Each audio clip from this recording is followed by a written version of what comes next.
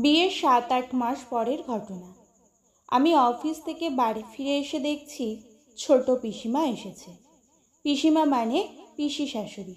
সেই প্রথম পিসিমাকে সামনে থেকে দেখা। বিয়েতে আসতে পারেননি তখন, শরীর খারাপ ছিল। আমি বাড়ি ঢুকতেই আমার শাশুড়ি মা বললেন, বৌমা, উনি হলেন তোমার ছোট পিসিমা। আমি প্রণাম করতেই উনি বললেন, অফিস থেকে ফিরলে বুঝি? হ্যাঁ পিসিমা। প্রতিদিন এই টাইমেই ফেরো? হ্যাঁ। আমি আরও কিছু বলতে যাব, আমার শাশুড়ি মা বললেন, সবে তো ফিরলে, একটু রেস্ট করো, পরে গল্প করবেক্ষণ। আমি নিজের রুমে চলে যেতেই আমার শাশুড়ি মা পিসি শাশুড়ির সাথে গল্প করতে শুরু করলেন।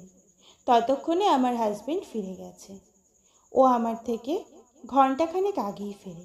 আমি ফ্রেশ হয়ে একটু রেস্ট করি, তারপর আমার হাজবেন্ড 1 কাপ চা আমাকে নিয়ে এসে দেয়। প্রতিদিন এটাই ওর রুটিন। ও ফিরলে আমার শাশুড়ি মা তখন চা করে দেয় ওকে।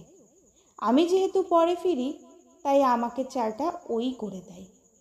চা করে যখন আমার জন্য নিয়ে আসছিল, পিসিমার চোখে পড়ে ওই ব্যাপারটা। তখন কিছু বলেননি উনি। ঘটনাটা ঘটলো আরও একটু পরে। রাতের রান্নাটা আমরাই করি, মানে আমি আর আমার হাজবেন্ড। তরকারি বলতে সেদিন ছিল পনির তরকারি আর ছোলার ডাল। সেটা তখন রান্না হয়ে গেছে, লুচি হবে। আমার হাজবেন্ড লুচি বেলে দিচ্ছে আর আমি ভাবছি একটা একটা করে। সেই মুহূর্তেই পিসিমা রান্নাঘরে। এই দৃশ্য দেখে চোখ বড় বড় করে বললে, হ্যাঁ রে অর্ক, বিয়ে করে তো মেয়েলি কাজ অনেক শিখে নিয়েছিস। বউকে চা করে খাওয়ানো, বউকে রান্নার কাজে হেল্প করা, অফিস থেকে ফিরে তো রেস্ট পাস না একটু। বউ বললে তো শুনতেই হবে, যতই হোক চাকরি করা বউ তো। কথাটা শুনে খারাপ লাগলো। আমার হাজবেন্ড কিছু উত্তর দেওয়ার আগেই দেখি আমার শাশুড়ি মা পিছনে এসে দাঁড়িয়ে পিসি শাশুড়িকে বলে, আরে কি যে বলো ছোটদি, বৌমা ওকে কাজ করতে বলবে কেন? ওগুলো সব আমিই ঠিক করে দিয়েছি। অফিস থেকে তো বাবু একা ফেরে না, বৌমাও ফেরে। রেস্ট তো দুজনেরই পাওয়া দরকার। সবাই যদি রেস্ট করে, খাওয়া দাওয়া তো বন্ধ থাকবে না। আর সকালের রান্নাটা আমি করে দিই, দুজনেই অফিস যাই। তোমার দাদা আর আমি এমনিতেই ভোরে উঠি, দুজনে মর্নিং ওয়াক সেরে এসে আমি রান্নাটা বসিয়ে দিই। তোমার দাদা তখন হাতে হাতে হেল্প করে দেয়। কাজে আবার মেয়েলি বলে কিছু আছে নাকি?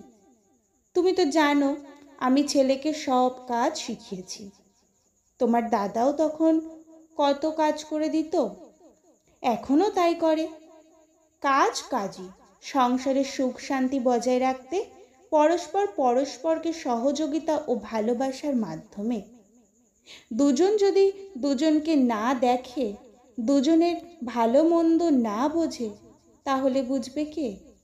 তাই ওরা ওদের মতো কাজ করুক, আমরা এখানে দাঁড়িয়ে থেকে করব কি? চলো বরং বাবুর বিয়ের ছবিগুলো তোমাকে দেখাই। কথাগুলো শুনে পিসিমার মুখটা কেমন ফ্যাকাশে হয়ে গিয়েছিল।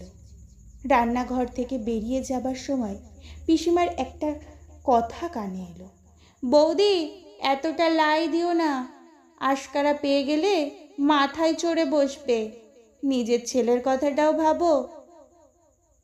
আমার শাশুড়ি তখন হাসতে হাসতেই বেশ জোরে জোরেই বললেন, ওরা এখনকার ছেলে মেয়ে, ভালো মন্দ বিচার করার ক্ষমতা ওদের আছে। আমি আমার মতো করে চালাতে চাইলেও চলবে না, সময় বদলেছে, তাই ওদের জীবনযাত্রার সঙ্গে আমাদেরই অ্যাডজাস্ট করতে হবে। তা না পারলেই সমস্যা বাঁধবে। নিজেদের আধুনিক হতে হবে আরও। পুরনো রীতিনীতির সঙ্গে ওদেরকে মেলালে আর চলবে না। বুঝলে সর্দি, বৌমা কখনোই নিজের মেয়ে হয় না, আর শাশুড়ির নিজের মা হয় না। নিজেদের মধ্যে বোঝাপড়া থাকলে একটা বন্ধুত্ব হয়ে যায়। আমার ছেলেটার ভালো থাকার কথা চিন্তা করতে গেলে বৌমাকেও ভালোবাসতে হবে বেশি। আমি তো বাবুর বিয়ের পরেই বাবুকে বলেই দিয়েছি যে কাজটা নিজে করে নিতে পারবে সেই কাজটা নিজেই করে নিও, বউ এসেছে মানে বউয়ের ওপর হুকুম করে পায়ের ওপর পা তুলে বসে খাবে, সেটা চলবে না। বুঝতে হবে তোমার বউ কিন্তু তার সব কিছু ছেড়ে তোমার কাছে এসেছে, তুমি কিন্তু যাওনি। তাই তোমাকেই সহযোগিতা করতে হবে, তোমাকেই অ্যাডজাস্ট করতে হবে বেশি।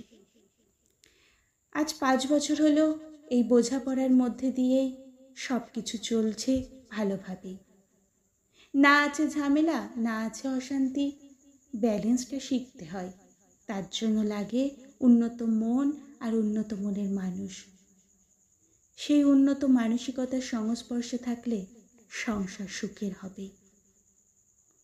কলমে সরজিৎ ঘোষ, কণ্ঠে আমি রিয়া পাল।